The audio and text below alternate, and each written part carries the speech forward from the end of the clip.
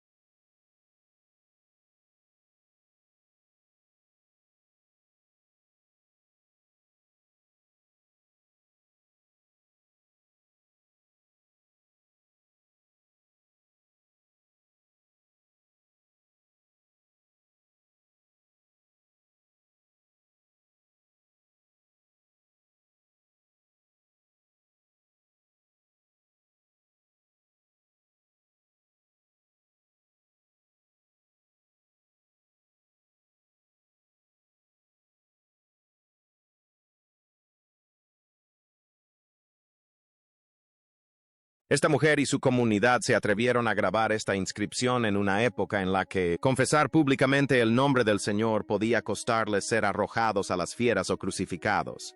No tenían miedo, porque su fe se aferraba firmemente a la verdad de Romanos 8:38 a 39, que dice que ni la muerte ni la vida, ni ningún poder podrían separarlos del amor de Dios que está en Cristo Jesús.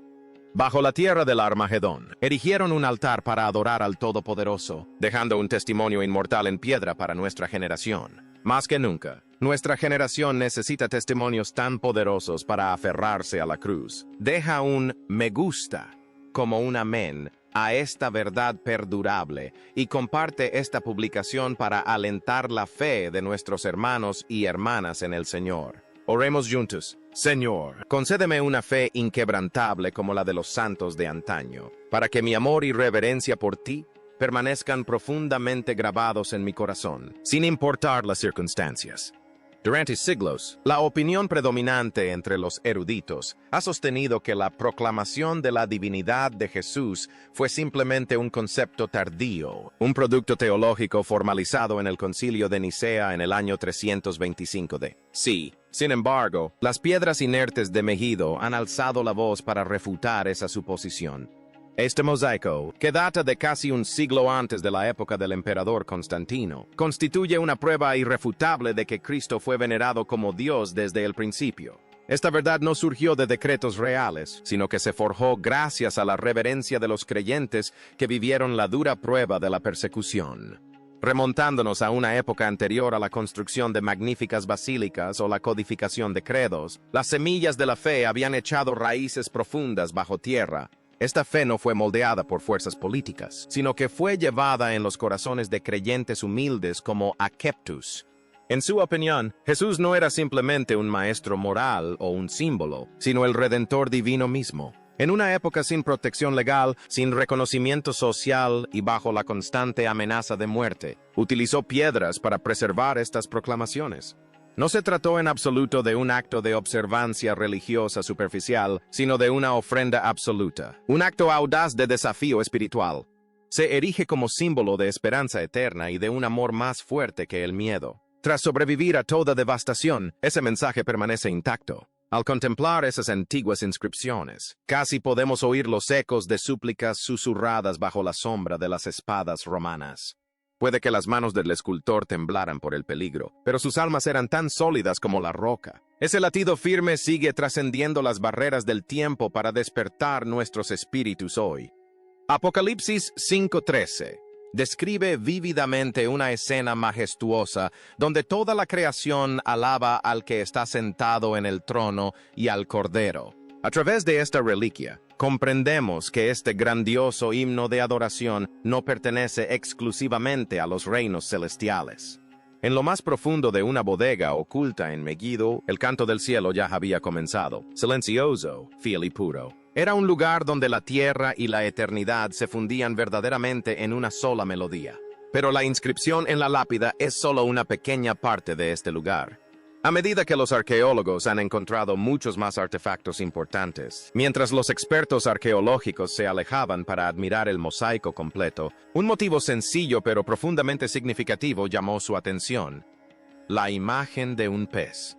A primera vista, uno podría confundirlo fácilmente con un simple toque artístico que refleja la vida pesquera habitual en torno al mar de Galilea. Sin embargo, para la iglesia primitiva que una vez se reunió en este mismo lugar, no era en absoluto un dibujo sin vida, sino un símbolo de vida o muerte. Una confesión de fe perfectamente disimulada. En griego antiguo, la palabra para pez es ichthus, con gran sabiduría. Los primeros cristianos utilizaron las letras de esta palabra para formar un acrónimo que transmitía el significado central de su religión, simbolizando la confesión de Jesucristo, Hijo de Dios y Salvador. Los fundamentos de su doctrina se condensaban a la perfección en 5 caracteres, convirtiendo una imagen aparentemente inofensiva a los ojos de las autoridades romanas en una fuente de vida y gran esperanza para los seguidores de Cristo. En una época en la que confesar públicamente el nombre del Señor podía costarles la vida y sus bienes, los creyentes no podían hablar abiertamente de su fe. Así, el símbolo del pez se convirtió en una marca de identificación secreta. Con tan solo dibujar la mitad de una curva en la arena, esperando a que la otra persona completara la otra mitad, o con un grabado apresurado en una pared de piedra, podían susurrarse que pertenecían a Cristo y que nadie estaba solo. Sin embargo, lo que ocurrió en Megiddo tuvo un tono completamente diferente. No lo ocultaron ni lo dibujaron a la ligera, sino que se comprometieron al incorporar permanentemente ese símbolo justo en el centro de su espacio de reunión. Esta presencia pública e imborrable demuestra que no eran personas temerosas aferradas a una existencia efímera, sino una comunidad firme dispuesta a vivir y morir por aquel a quien veneraban. Además, la imaginería del pez evocaba vívidos recuerdos del ministerio terrenal de Jesús, especialmente su llamado en Mateo, capítulo 4, versículo 19, cuando les dijo a sus discípulos que lo siguieran para convertirse en pescadores de hombres. Los creyentes de Megiddo comprendían claramente que continuaban con esa misma misión: llevar la salvación a las almas perdidas. Al mismo tiempo, ningún cristiano podía olvidar el milagro de los 5 panes y los 2 peces que alimentaron a 5,000 personas. Para ellos, los peces también eran un testimonio de un Salvador poderoso, alguien que siempre comprende, está dispuesto a proveer y nunca abandona a su rebaño. Por lo tanto, al estar hoy frente a esta reliquia y contemplar el símbolo del pez que yace junto a la inscripción dedicada a Dios Jesucristo, no estamos simplemente observando una ruina arqueológica.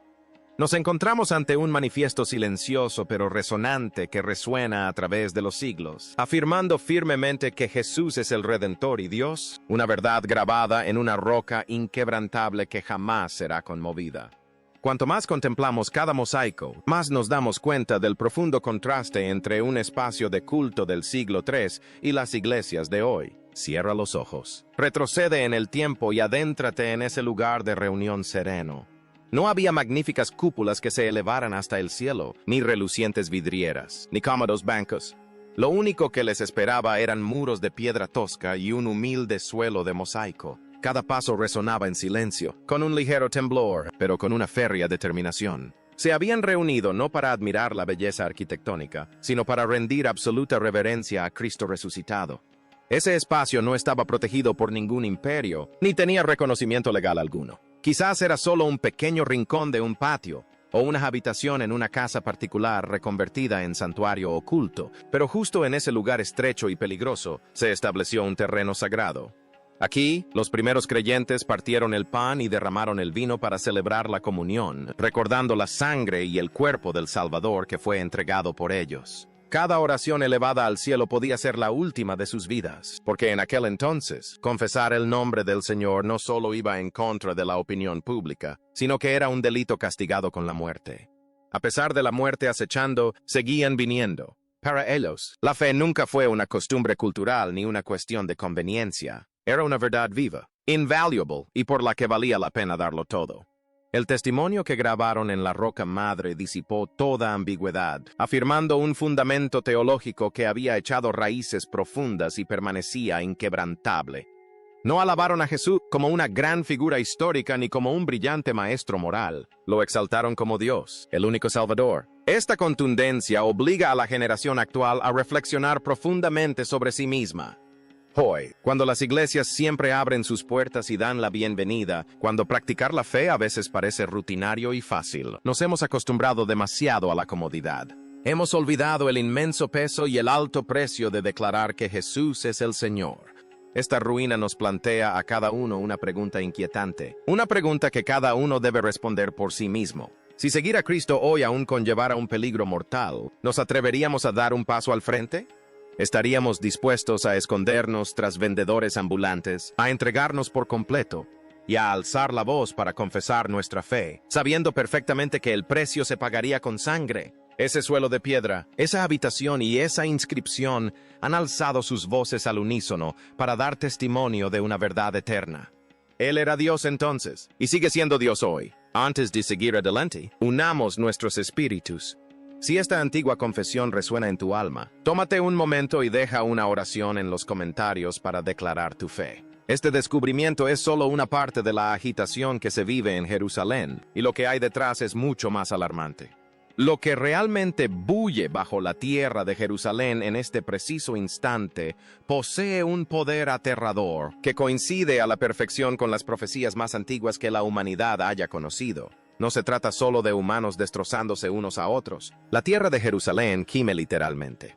Desde las grietas invisibles al pie del Monte de los Olivos, las inmensas presiones que se ciernen sobre la sellada puerta dorada, hasta el mosaico que honra a Cristo y que acaba de despertar en el fondo de la prisión de Megido, todo se fusiona en una sinfonía escalofriante pero magnífica del fin de los tiempos. La agitación en Jerusalén no es simplemente un conflicto político de Oriente Medio, es el gemido de toda la creación. La tierra está despertando y parece estar preparando el camino para la llegada del verdadero rey. Durante siglos, los geólogos han rastreado los movimientos del sistema de fallas transformadoras del Mar Muerto.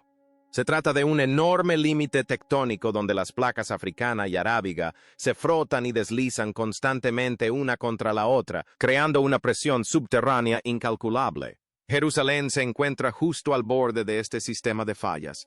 Para la ciencia moderna, los pequeños temblores, los sumideros y la fractura de las antiguas capas de roca son simplemente el resultado de la liberación de energía de las placas tectónicas.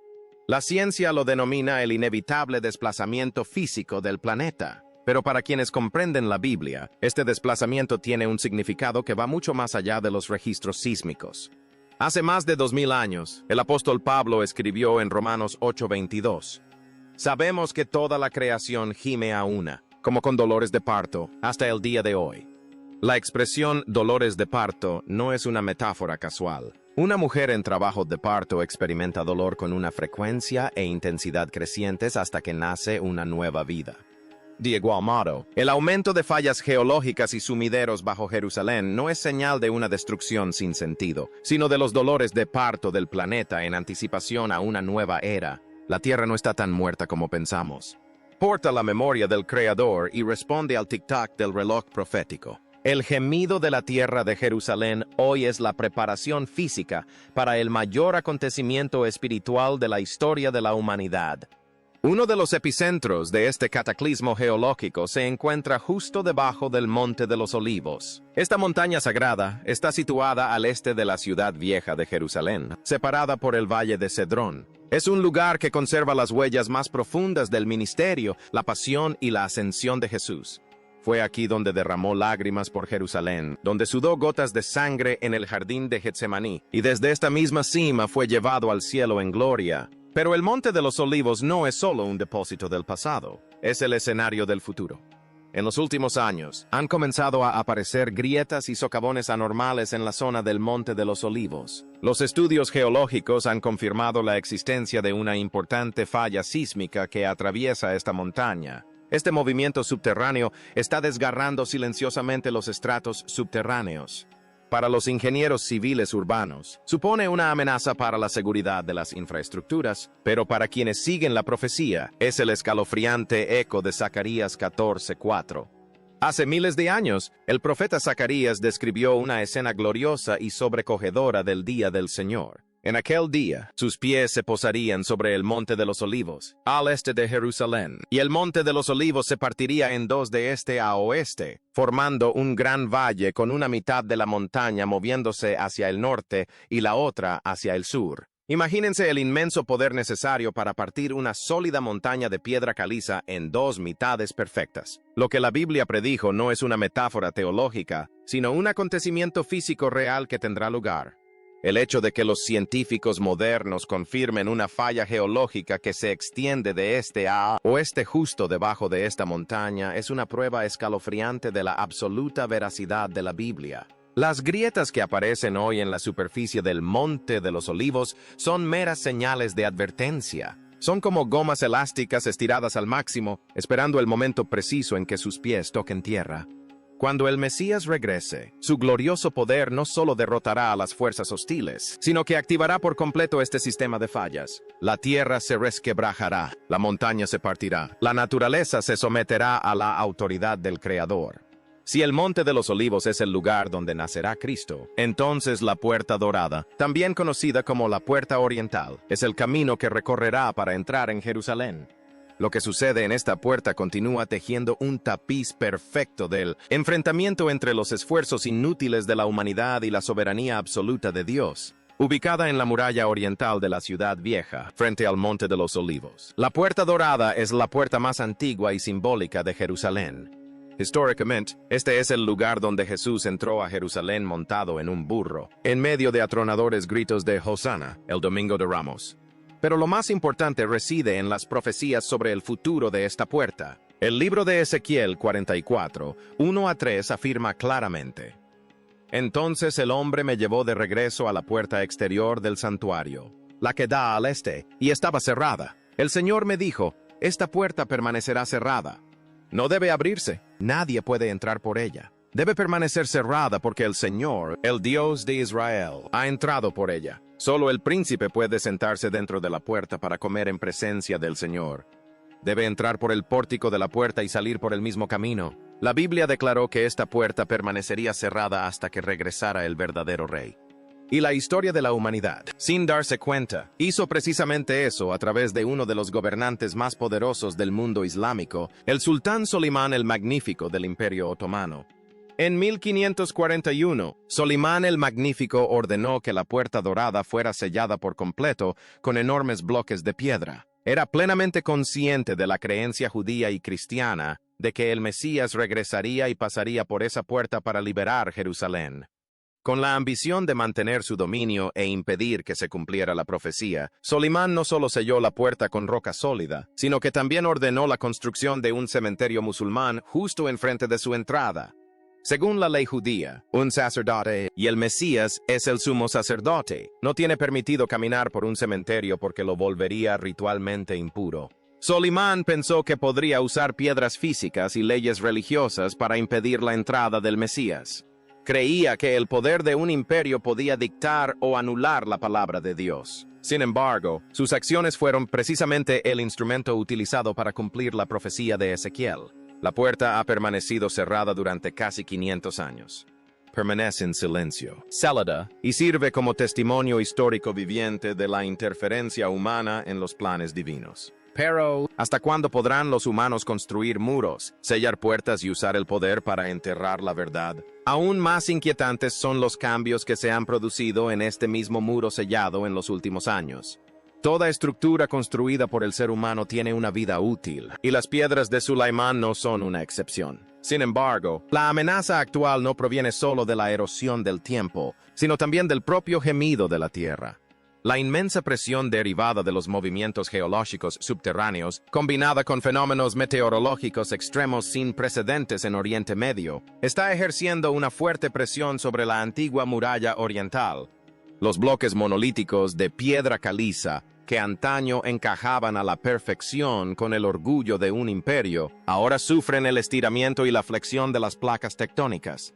Expertos en conservación del patrimonio han documentado la aparición de microfracturas en la estructura del Golden Gate. Algunas de las piedras de sellado parecen estar desplazándose sutilmente. Las repentinas fluctuaciones de temperatura, los microtemblores provenientes de las profundidades del subsuelo y la presión hidrostática del agua acumulada bajo los cimientos generan, en conjunto, un empuje masivo hacia afuera desde el interior. Muchos observan este fenómeno y se plantean una pregunta escalofriante. Si la humanidad utiliza el poder político para sellar el Golden Gate, ¿acaso la tierra derribará el muro por sí sola cuando llegue el momento? Jesús dijo una vez, si ellos callan, las piedras clamarán. Cuando la humanidad intenta ocultar la verdad, cuando el caos político intenta ahogar la voz de Dios, incluso los objetos inanimados se utilizarán para cumplir su voluntad. Las grietas en el Golden Gate no son simplemente un problema de desgaste arquitectónico. Son una señal de que las manos humanas son demasiado pequeñas para detener las huellas de la eternidad. Las piedras de sellado se doblan bajo la presión de la propia estructura de la tierra, como si el suelo mismo se apresurara a desmantelar el último obstáculo antes de que el Salvador lo atraviese. Al colocar estos datos dispersos en un mapa espiritual y conectarlos, comienza a emerger una imagen magnífica, sobrecogedora y poderosa. La coincidencia espacial y temporal de estos eventos va mucho más allá de cualquier probabilidad aleatoria. En el valle de Megiddo, donde la Biblia llama Armagedón, el epicentro de la batalla final, la tierra acaba de lanzar una declaración absoluta del reinado soberano de Cristo. A pocas horas en coche hacia el sur, justo a los pies del Monte de los Olivos, el suelo se está agrietando literalmente. Las placas tectónicas se retuercen preparándose para las huellas de su descenso. Y frente a esa montaña, en la Puerta Dorada de Jerusalén, las enormes piedras del techo que una vez desafiaron orgullosamente el paso del tiempo, ahora se están fracturando, crujiendo bajo la presión de la naturaleza, como si anhelaran despejar el camino para que el rey pueda entrar. La insólita armonía entre las profundidades de Megiddo y las murallas de Jerusalén es una rotunda afirmación. La historia de la humanidad no vaga sin rumbo en el océano del tiempo. No está moldeada simplemente por las decisiones de los políticos o el poderío de las superpotencias. La historia está siendo guiada de forma precisa, firme e irreversible hacia una conclusión predeterminada desde antes del amanecer de la creación. Observen la futilidad de los imperios terrenales. el Imperio Romano, que en su día ostentó un poderío militar sin parangón. Intentó sepultar la verdad con espadas y mazmorras, obligando a los primeros creyentes a adorar a Cristo en secreto en oscuras mazmorras de Megido. Miles de años después, el Gran Imperio Otomano, bajo el sultán Solimán, también hizo uso de su poderío supremo, ordenando el uso de enormes bloques de piedra para sellar la Puerta Dorada y erigiendo tumbas con la arrogante ambición de detener los pasos del Mesías.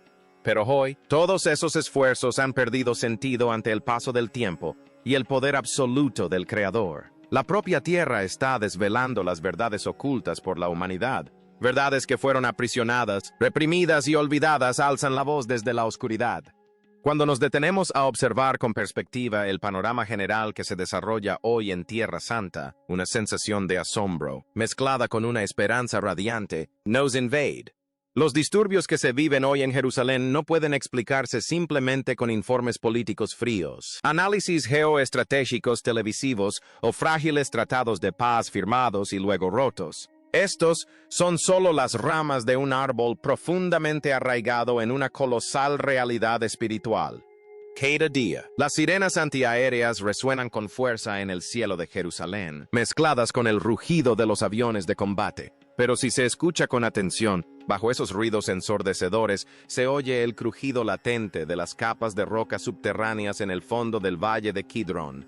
La animosidad y el odio entre los hombres en las estrechas calles de la ciudad vieja se desarrollan paralelamente al gemido de las enormes placas tectónicas subterráneas. Todo se fusiona en una sinfonía apocalíptica y feroz que anuncia la transición de las eras. La Biblia afirma claramente que toda la creación espera con ansiosa expectación la revelación de los hijos de Dios y anhela el día en que la tierra sea liberada de su esclavitud a la corrupción. Romanos 8:19. 2:1. El gemido de la tierra de Jerusalén, en este momento, es la manifestación física más clara de ese anhelo espiritual. La tierra está verdaderamente agotada, está cansada del dominio empapado de sangre de la humanidad. Durante miles de años, ha absorbido la sangre de incontables inocentes, desde la sangre de Abel hasta la de las víctimas de las guerras religiosas. Ha presenciado suficientes lágrimas, engaños y decadencia moral generación tras generación. Anhela la llegada del único Rey justo, que restaure el orden y traiga la sanación eterna. Por lo tanto, el movimiento geológico bajo el Monte de los Olivos no es en absoluto un desastre natural fortuito. Es la preparación más grandiosa para extender la alfombra roja cósmica para el Rey de Reyes. Las grietas en la Puerta Dorada no son una erosión arquitectónica común. Son un signo del colapso de todo poder mundano y orgullo humano ante el Todopoderoso. El mosaico de Megido no es solo un artefacto arqueológico que atrae a los turistas. Es una trompeta profética que resuena desde el pasado, recordando al presente quién tiene el futuro en sus manos. Los hombres pueden endurecer sus corazones y negarse a creer. Pueden seguir construyendo muros de hormigón armado, sellando puertas históricas, erigiendo vallas de seguridad y utilizando teorías conspirativas políticas o científicas para enmascarar su profundo temor a lo desconocido. Pero la verdad siempre perdura con su vitalidad inmortal. Cuando llegue la hora histórica, si la voz de la Iglesia se debilita, si los corazones de esta generación se enfrían y rechazan la verdad, entonces las piedras mismas alzarán la voz para clamar. Y ahora mismo, desde las profundidades de la roca y la tierra de Jerusalén, hasta los mosaicos del valle de Megido, las piedras claman con fuerza. Su testimonio resuena inextinguiblemente. El poder aterrador que yace bajo Tierra Santa no es algo de lo que debamos huir presas del pánico. Al contrario, para quienes han depositado su plena confianza en Cristo, es el sonido gozoso de las trompetas que anuncian el día de la gloria. Desde los mosaicos ocultos en las profundidades de las sombras de las mazmorras, hasta las grietas que atraviesan la montaña sagrada, todos alzan sus voces al unísono, afirmando una verdad eterna e inquebrantable. El verdadero Rey está por llegar, y su reino jamás se desvanecerá. La tierra está preparada para su regreso. La única pregunta, y la más crucial, que nos queda a cada uno de nosotros en este momento es, ¿están nuestros corazones realmente preparados? Gracias por ver este video hasta el final. Si esta historia te hizo reflexionar, no olvides darle a me gusta, compartirla y suscribirte al canal para estar al tanto de las próximas revelaciones.